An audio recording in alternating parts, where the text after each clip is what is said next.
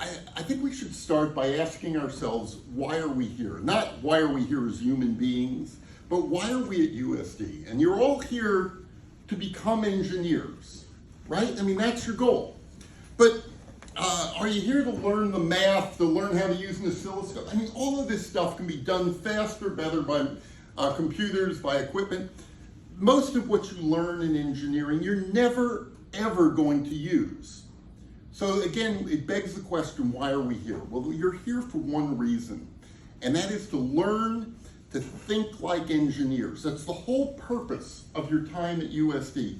Everything else is an exercise along the way. So the other thing I like to think about is I like to think about when I was you. When I was in the college classroom, and at that point, I didn't really think much about my future. I knew I had one, but I didn't give it a lot of thought. I always like to advise college students to recognize that their greatest responsibility at this point in time is to future you. I mean, somewhere in the future is a version of you that's 30, 40, 50, 60 years old, probably some crotchety, annoying old person. Yep, in you, waiting to come out. And the point that I want to make about this, though, is that the most important thing right now is to make good decisions for future you. Because someday future you is me. And when I reflect back on the decisions I made, it's a terrible thing to ask 20-year-olds to make decisions for a 60-year-old. And to make decisions that'll make that 60-year-old happy. But let me tell you, if you piss off that 60-year-old, he will never forgive you.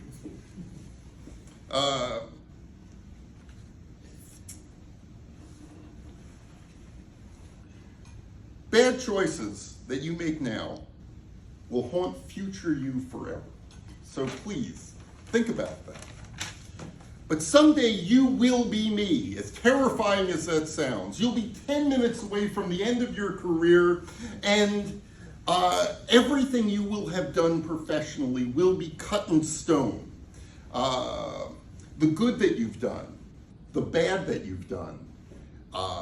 We talked in this class so much about injury and about death, and like it or not, if you're an engineer, part of your future is going to be doing good for as many people as you can, and if you're not careful, it's going to be doing some things that are going to hurt or even kill people. Whole purpose of our semester. We are engineers. We live our lives to continue what is a living tradition of advancing technology. And I started thinking to myself, what really are engineers? And in the most egotistical way, I was going to say that engineers are gods on earth. And I thought maybe that's a little over the top. But you know what we really are? We are the hands of God. Not egotistical at all, right? But it really is the truth. I mean, if you think about it, we can move mountains. No one moves a mountain without the fingerprints of an engineer on it. We can bend steel. Takes engineering to make steel, takes it to bend steel. We can move the course of mighty rivers. Yeah, I stole from Superman, I know. We can leap tall buildings, or at least we can build the technology to do it. We can build the technology to build those buildings. No surgical procedure that saves lives is ever completed without the fingerprints of an engineer on that surgical procedure. Matter of fact, if you think about the concept of living life, even for 5 minutes without engineering, damn near impossible. You find yourself sitting naked on a hillside, but you have to find a hill that hasn't been altered by engineering. We have godlike powers, let's face it. And with great powers comes great responsibility. And I've said this in the class before, bad engineers kill people, good engineers kill a lot of people. If you're a bad engineer, you're going to do something, someone's going to get hurt. But if you're a great engineer, you're going to do something and it's going to influence society. You'll build the best damn car, you'll build the best damn piece of technology, everybody will want one, and like it or not, and yeah, I know about the don't be a dumbass thing because I taught that, but like it or not, people will die even from good technology. And this is the kind of thing that we must always consider. You can't control who lives, but you have an immense control over who may die. And that should be a cornerstone of the philosophy you develop as an engineer. Every choice you make as an engineer comes with great responsibilities over life and death.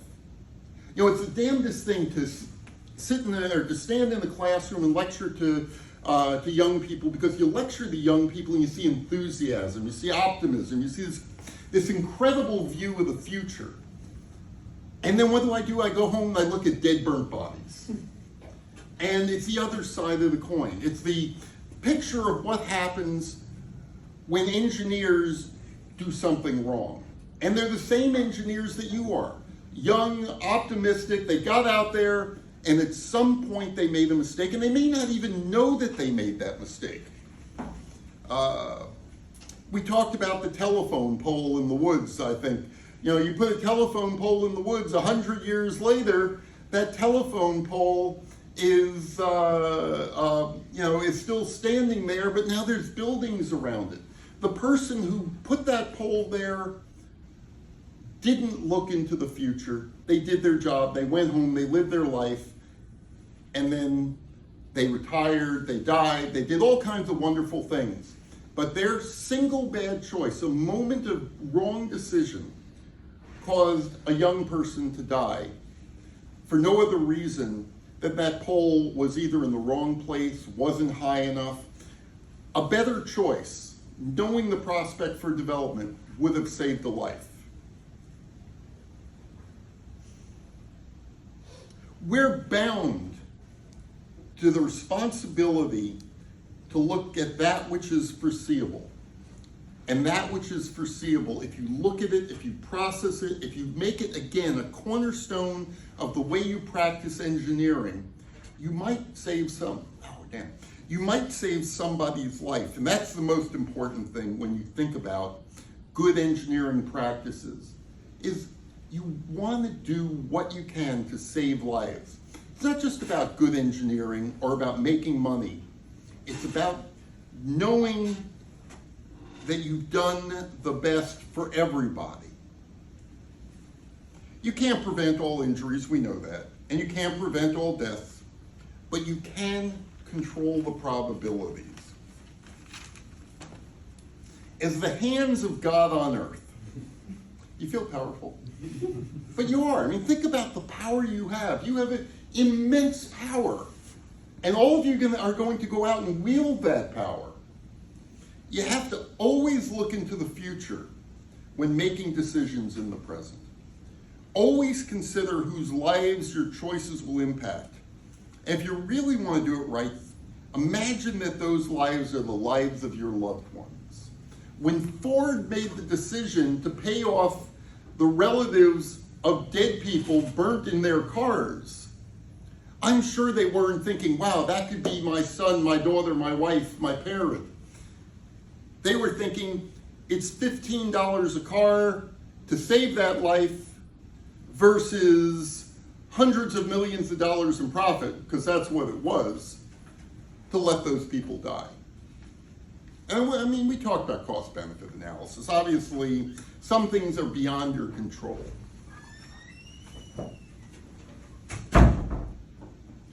The one thing that I think is so important is to be ethical to a fault. I recognize that you can't give in to people who are encouraging you to be unethical. Be honest to a fault. You can't ever really You can't lie to if you lie to everybody else, never lie to yourself. Make choices that let you sleep at night. If you find that you're not sleeping soundly and you're lying awake wondering if that was the right choice, it probably wasn't. There's this old adage when you sail that says, when you think it's time to reef, it's too late. If there's any sailors in the room, you understand that, but it's usually related to when bad weather is coming in your direction. And about the time that you're watching things washing off the deck of the boat, you're going, wow, I should have reefed my sail. Engineering is the same way. If you're starting to wonder about the rightfulness of something you're doing, it's time to make a decision, not wait until someone is injured. Always think like an engineer, but always think like an engineer who will someday only have 10 minutes left in their career to own everything that they have done. You can't undo the mistakes you've made. You can't bring back a life. You can't take away or replace a lost limb or a burnt body. And whether you know about it or not, and that's the one thing about engineering, is so often, most of the time, the engineers who screwed up never know about the harm they've caused. In the back of your mind, you'll know about the harm you've caused because you'll know you made the wrong choice. You can't change the past. So I talk to you as present you. When you become me, horrifying as that is, and you will, if you can spend the last 10 minutes of your career being proud, then you have done right by future you. And the only way you get there is by making those choices today, knowing that someday future you is going to be 10 minutes from the end of their career. So on that, I wish you all success, happiness, and an impact on the world that helps many, hurts few, and that you have many, many, many nights of sound sleep. And when you get to the last 10 minutes of your career, you can look back and do so with great pride and know that while there may have been people who were hurt by products that you put out there, that you did everything to minimize that number. I thank you very much.